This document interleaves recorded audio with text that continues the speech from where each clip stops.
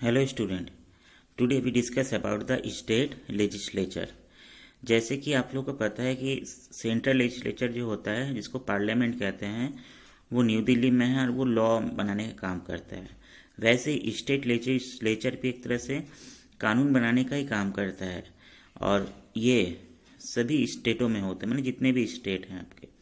जैसे दे रहा है the state legislature of the governance of 1 और 2 हाउसेस, यानी देखेंगे जो स्टेट लेजिस्लेचर्स है वो जो कौन कौन होते हैं, उसमें कितने पार्ट होते हैं। यदि पार्ट की बात करते हैं तो गवर्नर 1 और 2 हाउसेस, जैसे कि आप लोग पार्लियामेंट में लोकसभा एंड राज्यसभा होते हैं, वैसे ही some state has 2 houses and some state has 1 houses. जैसे दे रहा है the some state have 2 houses, lower house and legislative assembly Vidhan Sabha and upper house legislative council Vidhan Parishad. यानी देखा जाए कुछ स्टेटों में 2 हाउस होते हैं, कहीं 1 होते हैं। जहाँ 2 होते हैं वहाँ एक विधानसभा और विधान परिषद होते हैं, और कहीं कहीं से विधानसभा ही होते हैं। यहाँ पर और एक चीज़ दे रहा है, जहाँ इफ़ द स्टेट है 1 हाउसेस इज द यूनिकैमरल कहा जाता है, और जहाँ पर 2 हाउसेस होते हैं उसे बाईकैमरल स्टेट कहा जाता है। देन स्टूडेंट, हम लोग ने अभी डिस्कस किया कि स्टेट लेजिस्लेचर एक कानून बनाने की संस्था है। जैसे कि हम लोग ने देखा, जैसे उत्तर प्रदेश में विधानसभा होती है, लखनऊ में है, जैसे दूसरे सभी स्टेटों में अपने अपने विधानसभा होते हैं। हमने ये भी कहा कि इसके 2 पार्ट होते हैं, एक तो विधानसभा और विधान परिषद, कहीं 2 पार्ट कहीं 1 पार्ट, और साथ साथ गवर्नर भी होते हैं। तो आइए इसके कौन कौन से भाग होते हैं, यानी गवर्नर, विधानसभा, विधान परिषद, इसके बारे में हम लोग डिस्कस करते हैं। फर्स्ट डिस्कस करते हैं governor. There the governor is the constitutional head of the state, और देखा जाए जैसे ही एन सी appointed by the president of the country, यानी गवर्नर क्या होता है, एक तरह से सबसे बड़ा पोस्ट होता है स्टेट में। जैसे देश का सबसे बड़ा पोस्ट कौन सा है, कॉन्स्टिट्यूशनल हेड कौन है, राष्ट्रपति। सेम ऐसे स्टेट लेवल में गवर्नर होते हैं। यदि हम लोग यूपी की बात करते हैं तो हमारे गवर्नर कौन है इस समय, आनंदीबेन पटेल। तो ये जो है आप लोग उसको फाइंड कीजिएगा कि हमारे गवर्नर कौन है, कितने फर्स्ट गवर्नर कौन थे। आते हैं इसके अदर गवर्नर कौन बन सकते हैं, इसकी क्वालिफिकेशन क्या है, इस पर डिस्कस। जैसे दे रहा है to be nominated governor a person as be citizen of India must be about 35 years age, he can not be members of the either house and parliament. यानी देखेंगे तो इसके डिफरेंट क्वालिफिकेशन होते हैं। पहला तो यहाँ पर दे रहा है वो 35 ईयर्स का होना चाहिए, साथ साथ वो इंडिया का नागरिक होना चाहिए, देश का नागरिक होना चाहिए, साथ साथ वो किसी प्रॉफिट के पोस्ट में ना हो। अब देखते हैं हम लोग गवर्नर की फंक्शन क्या होता है, कि गवर्नर काम क्या करते हैं। दे रहे the first executive power of the state with the governor. Second, the governor appoint the chief minister and other member of the council. यानी इसमें ये दे रहा है कि गवर्नर सबसे बड़ा पोस्ट होता है स्टेट का, एग्जीक्यूटिव का। साथ साथ गवर्नर चीफ मिनिस्टर और काउंसिल ऑफ मिनिस्टर को अपॉइंट करते हैं। ही एन सी also appoint the advocate general and the other officer. इसके साथ साथ वो स्टेट में, राज्य में जो दूसरे बड़े ऑफिसर होते हैं उनको अपॉइंट करते हैं। और देखा जाए तो next, every bill passed by the legislative has to be approval by the governor before law. यानी जो भी बिल पास होता है वो गवर्नर से साइन किया जाता है, तभी वो लॉ बनता है। यानी जैसे लोकसभा राज्यसभा में कोई बिल पास हो जाता है, जब तक प्रेसिडेंट सिग्नेचर नहीं करते हैं तो लॉ नहीं बनता है। वैसे ही स्टेट लेवल में भी होता है, जब तक लोकसभा राज्यसभा में जैसे पास होता है, वैसे विधानसभा से जब कोई कानून बिल पास होता है तो जब तक साइन नहीं होता है तब तक वो, साइन मतलब गवर्नर का सिग्नेचर नहीं होता है, तब तक उसको हम लोग लॉ नहीं मान सकते हैं। देन स्टूडेंट, ये तो था गवर्नर। अब हम लोग आते हैं नेक्स्ट, दूसरा पार्ट कौन था, आप लोग देख रहे हैं member of legislative assembly. Legislature का सेकंड पार्ट लेजिस्लेटिव असेंबली था। तो लेजिस्लेटिव असेंबली के मेंबर कौन होते हैं इस पर डिस्कस कर रहे हैं, यानी जिसको कि लेजिस्लेटिव असेंबली के जो मेंबर होते हैं उनको एमएलए कहते हैं। आप लोग जनरली जानते हैं एमएलए विधायक जिसको, कि जो हमारे लोकल एरिया में वो इलेक्शन लड़ते हैं और हम लोग उनको वोट दे के जिताते हैं।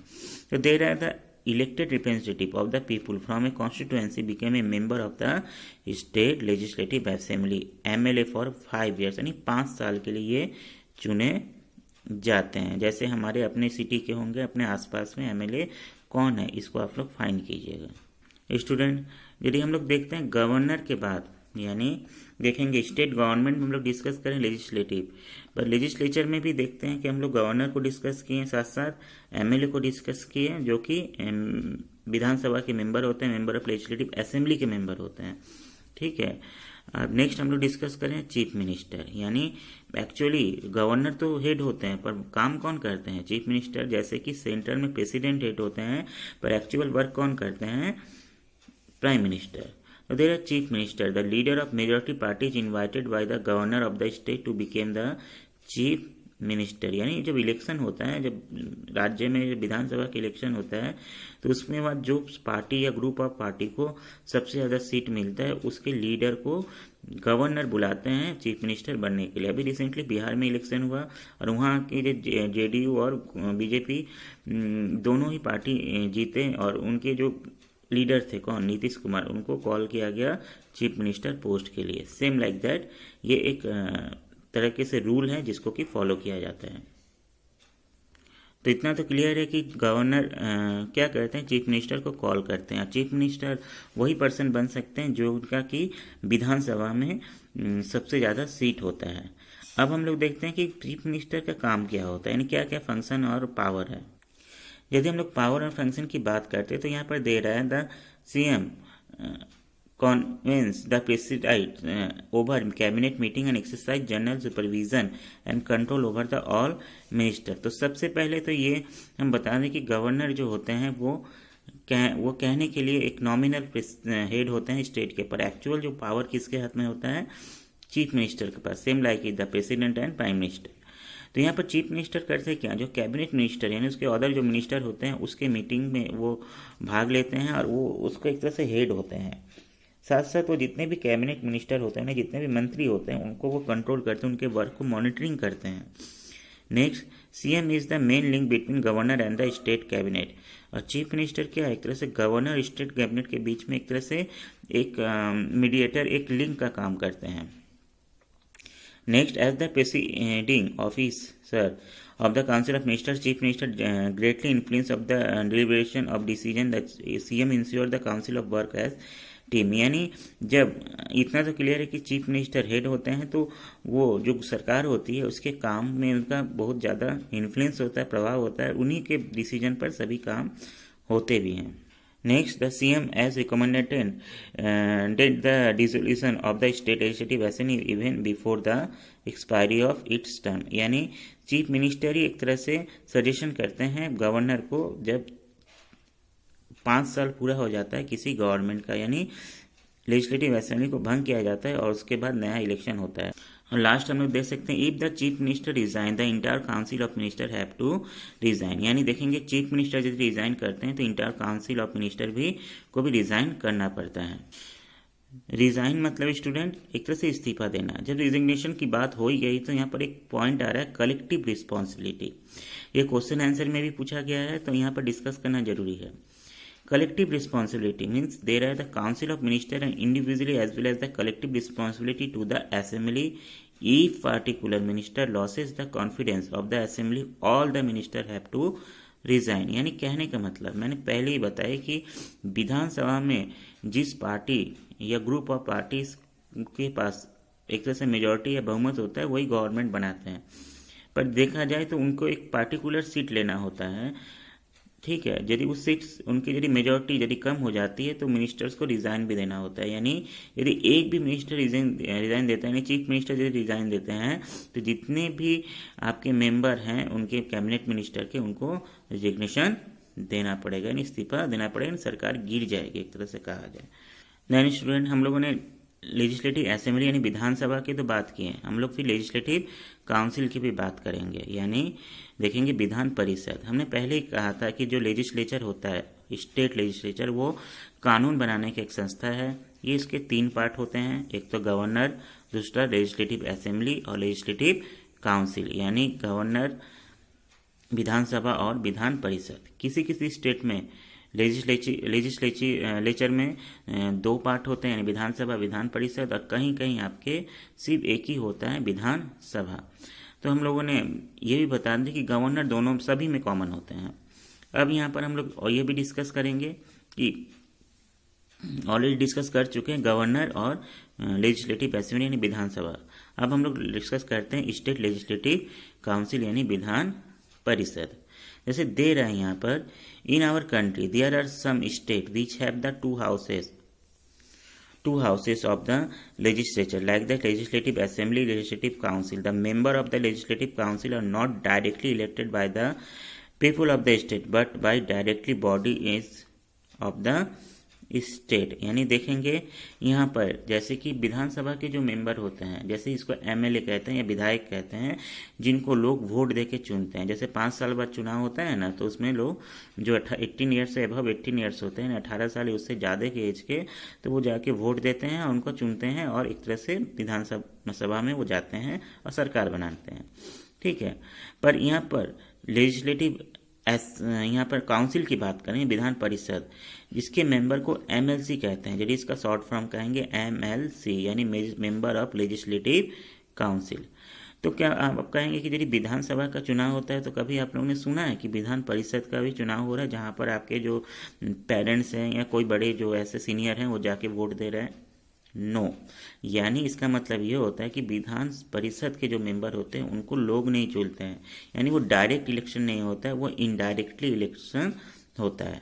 अब कहेंगे कि इसको कौन इलेक्ट करते हैं, कौन वोट देते हैं?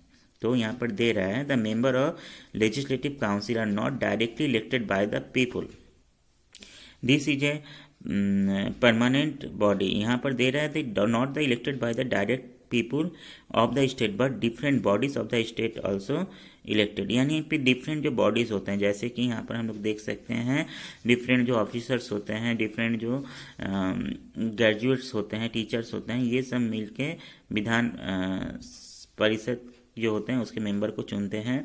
There are this is the permanent body, this member are elected from term of 6 years. यानी एक तरह से देखेंगे ये एक परमानेंट बॉडीज होते हैं। यानी यहाँ पर हम लोग ये कह सकते हैं कि विधानसभा जैसे 5 साल के लिए चुना जाता है, 5 साल बाद उसको खत्म करके फिर से नया विधानसभा का इलेक्शन होता है ना। पर यहाँ पर एमएलसी विधान परिषद की जहाँ तक बात करते हैं तो ये एक परमानेंट है, ये कभी डिसॉल्व नहीं होता, एक बार में इसको ख़त्म नहीं किया जाता है या भंग नहीं किया जाता है। इसका 6 साल के लिए इलेक्शन तो होता है, यानी 6 ईयर्स के लिए, इसको ध्यान रखिएगा। विधानसभा 5 और ये 6 ईयर्स के लिए। पर इसके जो 1/3 मेंबर होते हैं वो रिटायर 2 साल बाद होते रहते हैं, फिर उसके जगह 1/3 मेंबर को फिर से उनको रिक्वायरमेंट कर दिया जाता है, इलेक्शन कर दिया जाता है। जैसे कि 1/3 का मतलब सपोज दैट 100 लोग हैं, एक मेंबर है, सपोज दैट 100 मेंबर है, इसको 1/3 मेंबर, 100 नहीं, टोटल 100, इसी 1/3 मेंबर, ये थर्ड पार्ट का 1 पार्ट है, सपोज दैट 30 अबाउट 30 मेंबर्स को उनको रिटायर्ड हो जाते हैं 2 साल बाद, बाकी 70 मेंबर्स बने रहते हैं और फिर से 2 साल बाद उस 30 की जगह दूसरे मेंबर का इलेक्शन हो जाता है 6 ईयर्स के लिए। ऐसे करके एक अल्टरनेटिव चलता रहता है और ये कंटिन्यू रनिंग करता है, ये एक साथ डिसॉल्व नहीं होता है। अब यहाँ पर नेक्स्ट पॉइंट ये दे रहा है the legislative council is mainly an advisory body. Legislative council का फंक्शन क्या है देखा जाए तो जैसे विधानसभा का हम लोगों ने फंक्शन देखेंगे अभी हम लोग, वैसे ही यहाँ पर लेजिस्लेटिव काउंसिल की यदि हम लोग बात करते हैं तो इसका मेन फंक्शन होता है एडवाइज़र देना, यानी सलाह देना। अब यहाँ पर दे रहे legislative council is present in Jammu Kashmir, Bihar, Karnataka, Maharashtra and Uttar Pradesh. यानी हमने कहा ना कि विधान जो लेजिस्लेटिव होता है, यानी लेजिस्लेटिव, स्टेट लेजिस्लेटिव, जो कानून बनाने की बॉडी होती है उसके 3 पार्ट होता है, governor, Vidhan Sabha and Vidhan Parishad. यहाँ पर यदि हम गवर्नर, यहाँ पर हम लोग बात करते हैं, गवर्नर तो कॉमन हो रहा है, पर यहाँ पर ये होगा कि विधानसभा और विधान परिषद, कहाँ पर विधानसभा है यानी कहाँ विधान परिषद है और कहाँ पर ओनली विधानसभा है, यानी कहाँ पर 2 हाउसेस हैं और कहाँ पर ओनली 1 हाउसेस है, यानी ओनली विधानसभा। तो यहाँ पर दे रहा है वो स्टेटों का नाम जहाँ पर विधानसभा और विधान परिषद दोनों हैं। जैसे कुछ ही स्टेट हैं, जैसे दे रहे हैं the legislative council is present in Jammu Kashmir, Bihar, Karnataka, Maharashtra and Uttar Pradesh. यानी ये जो राज्य बता रहे हैं इनको छोड़कर, यानी यहाँ पर सिर्फ दोनों हाउसेस हैं, विधानसभा और विधान परिषद, बाकी जो स्टेट है वहाँ पर ओनली विधानसभा ही आपका है। Then student is the last topic, the function of the legislative assembly. अब लेजिस्लेटिव असेंबली यानी विधानसभा के क्या काम होते हैं, जैसे मैंने स्टेट लेजिस्लेटिव काउंसिल का बताया ना कि वो एक एडवाइजरी बॉडी है, सलाह देता है, वैसे ही विधान लेजिस्लेटिव असेंबली यानी विधानसभा का क्या काम है, तो ये दे रहा है first is to make law, यानी इसका मेन काम क्या होता है, कानून बनाना। There is proposal to pass a law and amend and existing one is called a bill.